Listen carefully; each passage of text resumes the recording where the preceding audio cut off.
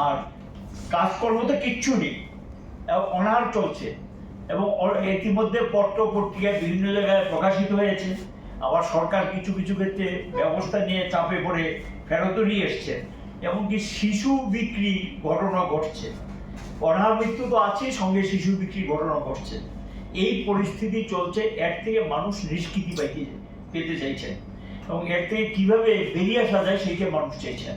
আমরাই তার প্রতিফলন একটাই হতে পারে যে বামপন্থীদের হাতে যারা পরীক্ষিত প্রমাণিত, যারা আগে অতীতে কাজ করে দেখিয়েছেন, দৃষ্টান্ত রেখেছেন, মানুষের বিশ্বাস অর্জন করেছেন, কাজে তারাই একমাত্র দায়িত্ব নিতে পারে এই এলাকার যে অরাজক অবস্থাটা চলছে, যে লুটপাট থেকে সবকিছু চলছে, এর হাত থেকে একদিকে শান্তি সম্প্রীতি আর একদিকে উন্নয়ন, এটা ফিরিয়ে আনার ক্ষেত্রে এডিসি প্রশাসন একটা ভূমিকা নিতে পারে যদি সেটা বামপন্থীদের হাতে তুলে দেওয়া হয়। বামপন্থীর একমাত্র মানুষের ভরসাস্থ।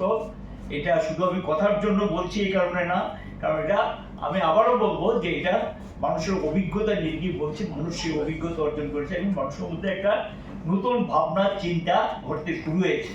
এবং এই বিষয়টাকে মাথায় রেখে আমরা নির্বাচন অংশ নেব।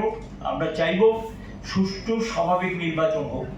যদিও এই সরকারের আমলে 2018 পর যে কয়টা নির্বাচন হয়েছে, একটাও সেখানে মানুষ নির্ভয়ে নির্বিঘ্নে ভোট কেন্দ্রে যেতে পারেনি এবং ভোট দিতে পারেনি। এবং এই পরিস্থিতির মধ্যে প্রতিটা নির্বাচনে কিন্তু আমরা দাঁতে দাঁত কষে লড়াই করে যাচ্ছি যে এই নির্বাচনও মানুষের গণতান্ত্রিক অধিকার রক্ষা করার জন্য আমরা বলবো নির্বাচন কমিশন যেখানে আছে, স্টেট ইলেকশন কমিশন, তারা এই নির্বাচনের দায়িত্বপ্রাপ্ত।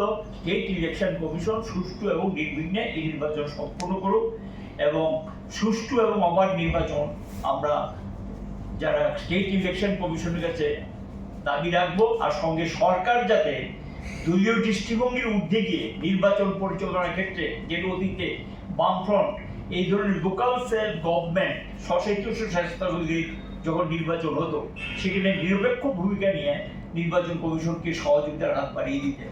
সরকারেরও দায়িত্ব সুষ্ঠু এবং অবাধ নির্বাচন করার ক্ষেত্রে সেই দায়িত্ব যাতে পালন করে দলীয় স্বার্থের ঊর্ধ্বে উঠে। এটা